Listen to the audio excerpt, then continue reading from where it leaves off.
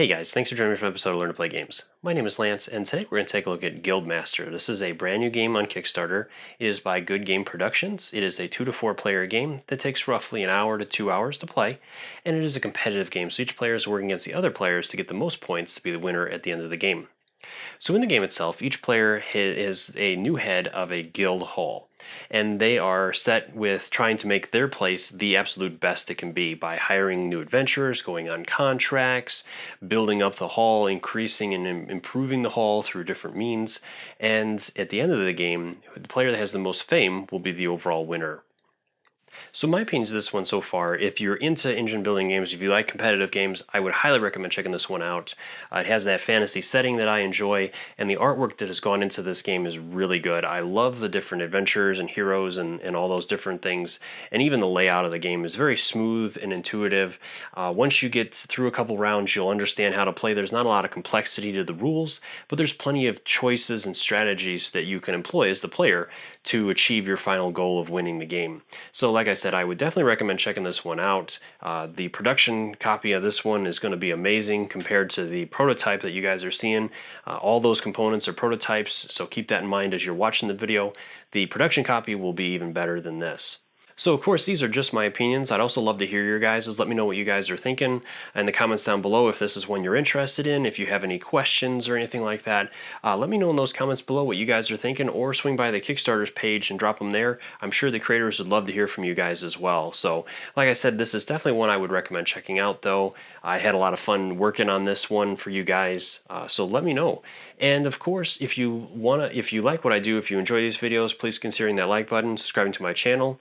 Also, you can get that notification bell so that you can get updates anytime I put out new videos. And of course, forgive me on the background. I am away this weekend, so I wasn't at my home to do all these with my own stuff. So you're going to notice some changes within the videos for that. So I apologize for that. But let's go ahead and head to the table, and I'll show you what this is all about. The first thing I want to go over is the board itself. And again, keep in mind this is just a prototype copy. The production copy you guys will receive, it will look even better than this. So first off, the board is broken down into a number of different sections. Around the edge of the board is the score tracker for the players, and you'll place their tokens at the top corner starting on the 0. Then we have the round tracker. Each game is played over 9 rounds, and the the round tracker is also going to represent the different styles of moon. There's a half moon and a full moon, and then as we move down, there will also be a blood moon, which will have different effects. Then we have the builders. Players will be able to hire builders to build up their different areas, and you'll use those builders to purchase either small upgrades, large upgrades, or a prestigious upgrade that you'll be able to use at the end of the game. Then we have the adventurers area where players can hire new and better adventurers, starting with adepts and then moving on to heroes and legends. And each of these adventures is going to have a cost in coins, and again that's going to be based on whether it's a half or full moon for the players as well. Then on the far end here we have contracts where players can send their adventurers to try to complete these, and each of these is going to have a different skill set, and there's going to be 6 different skills that the heroes can potentially have, and that'll help you to gain these different contracts. Once completing a contract, you'll receive gold, fame, and additional bonuses for those, as you guys are going to see. And as the game progresses, there's going to be 3 different types of contracts. We have common contracts, which are what you start with. Then we have heroic, which are going to be a little bit more difficult. And finally, legendary, which will give you the most gold and fame, and potentially other bonuses as well. And this game is set up for up to 4 players, so you'll have some of those slots open depending upon the number of players you're playing. And I'm going to go ahead and set up for a 2-player game, so you guys will see some of these slots opened because of that. And then, of course, I'm also going to be using my Crystal Fortress holders to hold some of the different tokens in that. So as you guys see those throughout the demo, you'll see how those work. And again, you'll find links to these at the bottom in the description, so you guys can check these out as well. I would highly recommend them. They're very, very handy, as you guys will see. Moving over to the players now, we're going to go ahead and take a look at all the different things that they have. So first off, each player is going to have their own player dashboard, which is going to have their slots for their different orders, which initially in the game you'll only be able to give 2 orders at the beginning of the turns until you unlock the stable upgrades. Then we have a spot for the coins that the players will start with. Each player is going to start with 7 coins. Each player is going to start with a number of characters, which are going to be novice characters. As you guys are going to find in the rulebook, there's going to be a set order based on the number of players that are playing. And each of these characters is going to either, some of them will have special bonuses that they're going to give the character or the player during different action phases or different moons. And then they're going to have a number of different skill sets, either one or more in those different sets, and a number next to them, which is how proficient they are with that. Each player is also going to have a guild upgrade, which is going to be where they're going to place their upgrades, whether they're small or the large upgrades. Each player is going to start with one small upgrade based on their character they've chosen, and they're going to choose one side of that, which is to either reroll 2 dice or to change 1 dice to a 6. Then each player is also going to have a set of order cards, which are going to, that's how they're going to give orders and determine what they're going to do, which you'll have orders A through F for the characters if you're going to try to purchase a new adventurer, and then you'll have numbers 1 through 6 if you're going to go after a contract, and then finally the build icon if you wish to build. Each player will have their own set of these. Each player is also going to get a screen that is going to block their section during that phase so that they can set up all their different things without other players knowing what they're doing. And this also gives a great reference for all the different actions and things that the player can do, and different references for all the different stuff throughout the game. So now that I've shown you guys most of the main features of the game, let's go ahead and jump in and I'll show you guys a turn in action so you guys can get a feel for how the game goes. So first off, we would move into the round with the plot phase. During this phase, any of your adventurers that you have that have plots that are going, or different actions that are going to be resolved during that phase will be resolved. So for example, with our player over here, he does have one that it will affect the plot phase, but it's only going to come into play during the full moon rounds, which this is not a full moon round. So we don't have to worry about resolving that. From there, we're ready to move into the order phase, where our players are going to place their screens up, and then each player is going to simultaneously, behind their screen, set up their 2 orders that they have. And they can assign different team members based on their mess hall, which currently, right now, we can set 2 adventurers to each of our orders, or up to 2. We don't have to if we don't want to. So we're going to go ahead and start with this player over here, and he's going to go ahead and do a build order, as he really wants to start building up some of his different upgrades. So we're going to place the build card there, and then we're going to go ahead and place a number of team members. Now again, we can only place up to 2, and you want to usually place team members that have the same skill, just in case the other player decides to do the same order. Then it'll come down to a dice roll based on the skill that we've chosen. So we'll go ahead and place these 2 here, and then we have to place a number of coins there based on how many builders we want to build.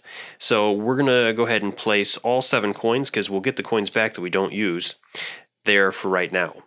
And then for our second order, we're going to go ahead and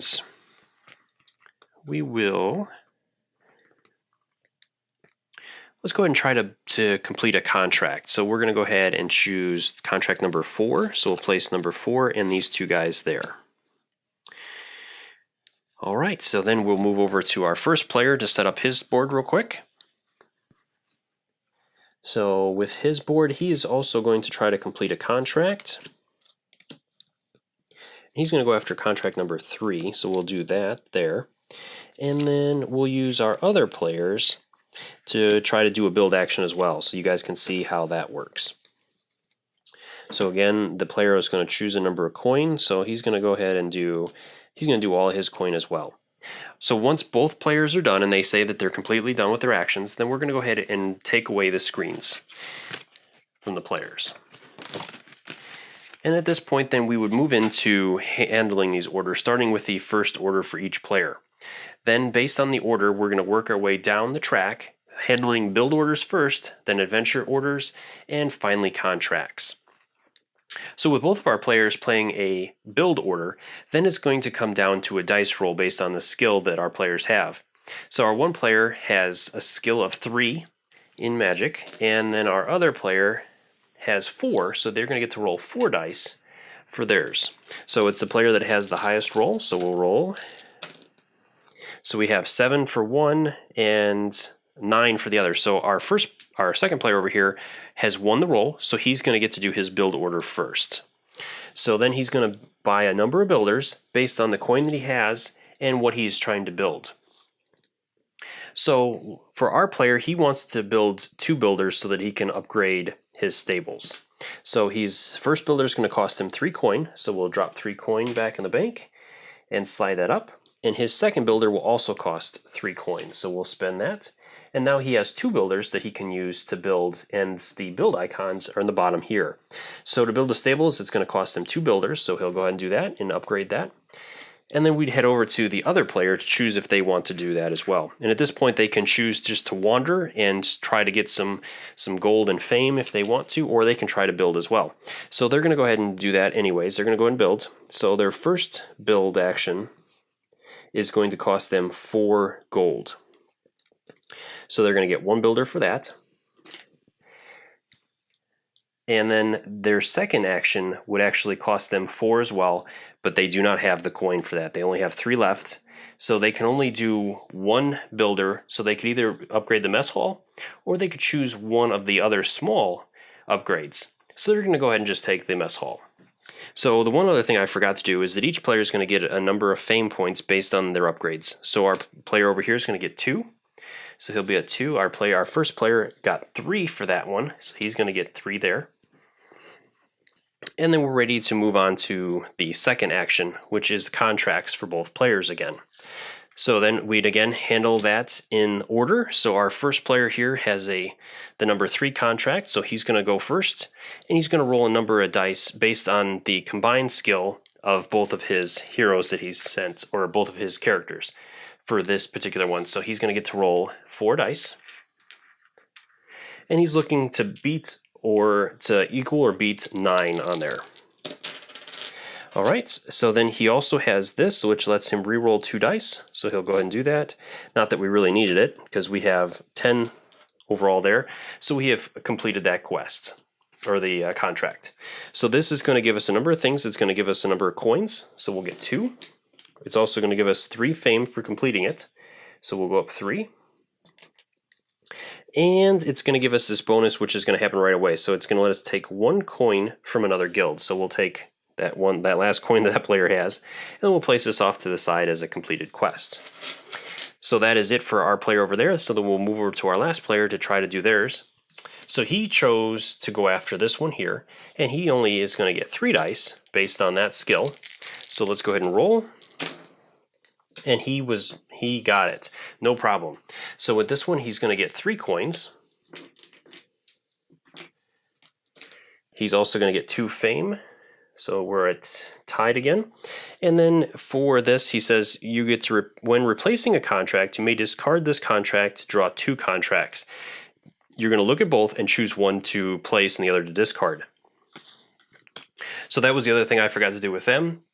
He would choose one of the contracts to put in there. It could be another common, a heroic, or legendary, and then it would move to our player over here. He gets to do it twice, or he gets to look at 2. So he'll go ahead and look at both of these and choose one. And his players go towards this symbol more, so he's going to choose that one. So then these will be flipped up at the end of the turn. We'll move into reset. So all of our players will go ahead and reset. We'll move our builds back down. Players will get their heroes or their characters back. They'll place their cards back in. We can go ahead and take this away. And from there, then we would move the round tracker down by flipping it over to the full moon side. And we'd be ready for the next round. Well, I hope you guys found this video helpful in deciding whether or not you want to back this game. And as always, if you have any questions or comments, please leave those in the comments section below and I'll do my best to answer them. Or swing by the creator's Kickstarter page and drop them there as well. I'm sure they would love to hear from you guys. And as always, thank you guys so much for taking the time to watch my videos and to leave me feedback on them. I do really appreciate it, and I'd love to hear from you guys whether or not this is a game that you're interested in, why or why not. I'd love to hear your opinions on this. And until next time, I'll see you guys later.